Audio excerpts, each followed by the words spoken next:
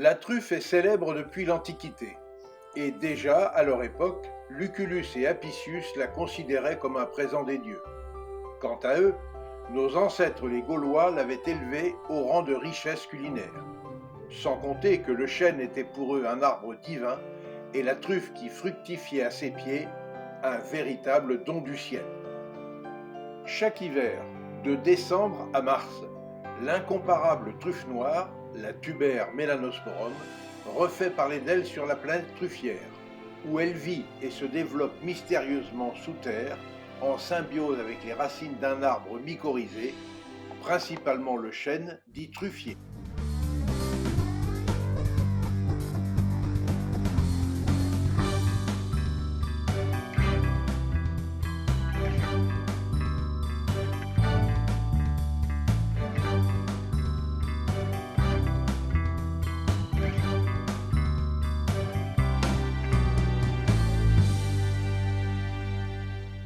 De nos jours, durant la période de sa récolte, la magie opère toujours, et il est particulièrement réjouissant et enivrant de déambuler sur les marchés français qui embaument la truffe, comme à l'Albinque, Uzès, Valréas, Carpentras, Richeranche et tant d'autres de ces lieux symboliques où le diamant noir provoque d'agréables envies culinaires chez les épicuriens.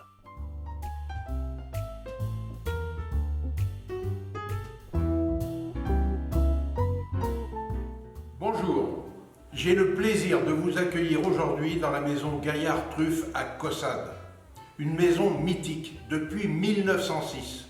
Et ici, on travaille de la truffe française.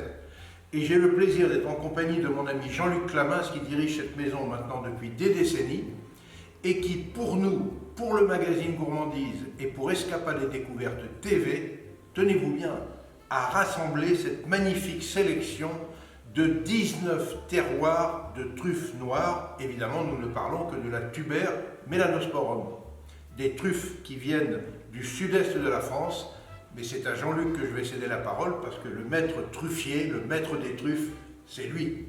À toi Jean-Luc. Merci Philippe. Nous avions décidé depuis longtemps de parler des truffes françaises ensemble, et je t'avais dit, une fois nous sélectionnerons et nous séparerons chaque lot pour pouvoir mieux vérifier les qualités des produits et les provenances, et les différences entre chaque provenance aussi. Et donc nous avons fait cette année, qui est une année un peu faste, on peut dire, pour la truffe, puisqu'il y a de la truffe un petit peu partout en France, nous avons sélectionné plusieurs lots, comme tu l'as dit, il y en a 19 ici, avec quelques truffes du sud-ouest aussi, mais surtout une truffe du sud-est de la France, on va dire une truffe qui se situe de la Drôme, au niveau de la Drôme, Nord-Vaucluse, jusqu'à la Drôme, jusqu'à l'Isère. D'accord. Avec des appellations et des... Enfin, il n'y a pas d'appellation dans la truffe, d'origine en tous les cas, mais avec des zones qui sont très peu connues et qui produisent pourtant de la truffe.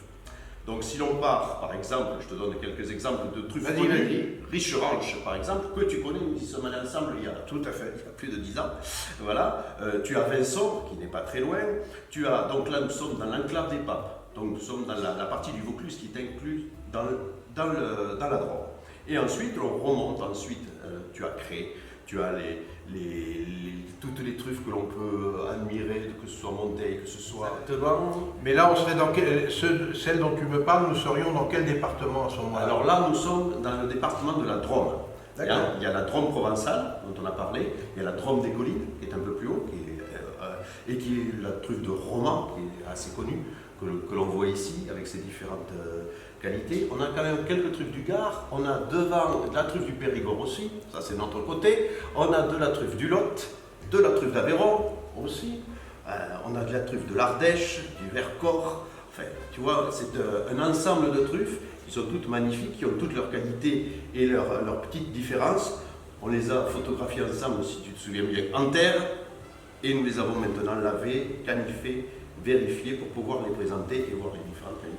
Alors ces truffes justement, c'est ce qui est très intéressant, comme tu l'as dit, et on va le voir dans ce film, on les a photographiées en terre parce que c'est très important de voir qu'elles viennent vraiment de terroirs différents. Est-ce que le fait que ça vienne de terroirs différents, de terres différentes, avec des cailloux, des sables et autres, ça joue un peu sur le goût de la truffe? Alors ça joue sur la forme, oui, sur le goût, on l'a constaté, sur le développement automatiquement.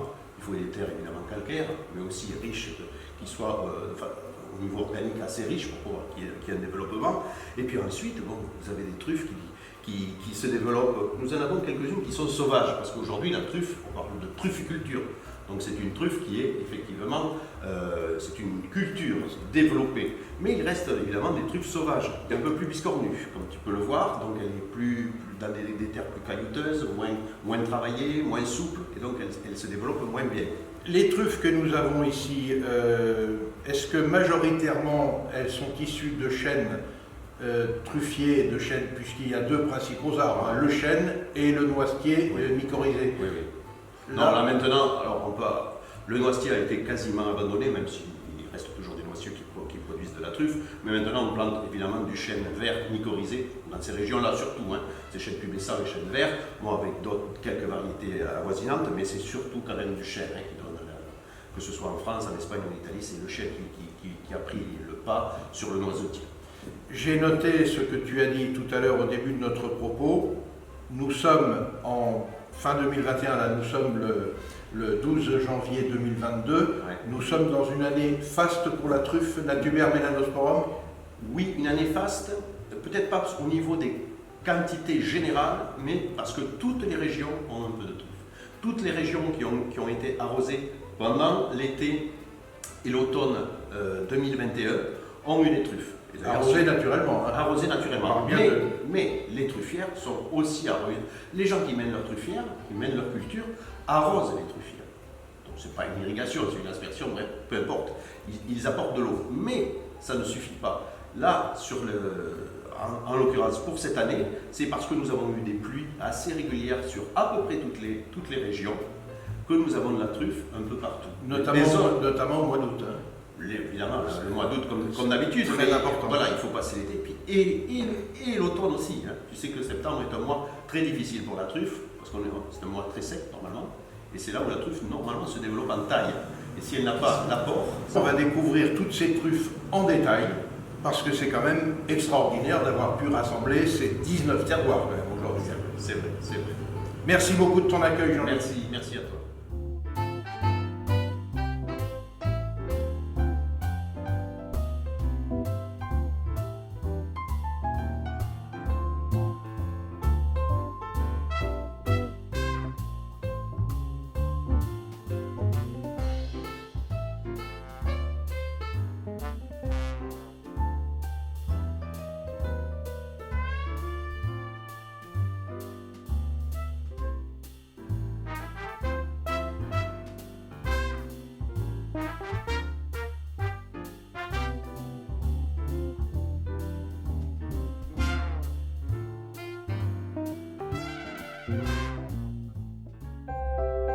À la suite de cette présentation, permettez-moi de vous livrer ma réflexion à l'égard de ce champignon souterrain, mythique commensal du chêne et objet de bien des mystères.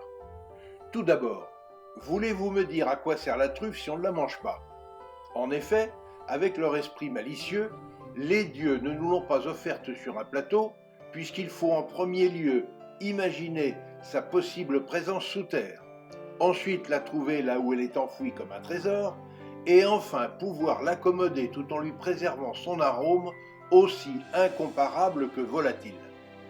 Après tous ces efforts consentis, l'immense plaisir gustatif qu'elle procure au moment où l'on s'en délecte devient alors une sublime récompense. Bref, se désintéresser de la truffe, c'est vraiment lui faire offense. Alors, à vos tabliers, et vous aussi lancez-vous dans la cuisine de ce savoureux diamant noir, dont voici d'ailleurs quelques-unes de mes recettes réalisées exclusivement à l'aide de truffes françaises, provenant de la très respectable maison Gaillard, située à Caussade, dans le Tarn-et-Garonne.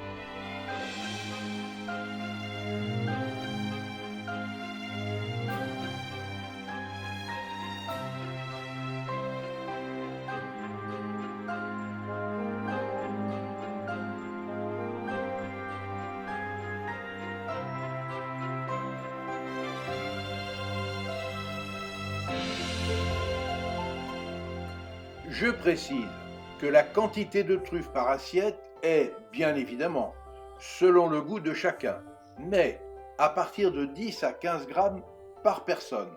C'est parfaitement correct pour apprécier les saveurs exceptionnelles de ce joyau culinaire hivernal. Enfin, il est bon de rappeler que si une chaleur excessive est l'ennemi des arômes de truffe, le beurre et autres corps gras de grande qualité sont les meilleurs exhausteurs de goût de ce divin champignon. En effet, le gras du beurre emmagasine et conserve tous les arômes puissants de la truffe.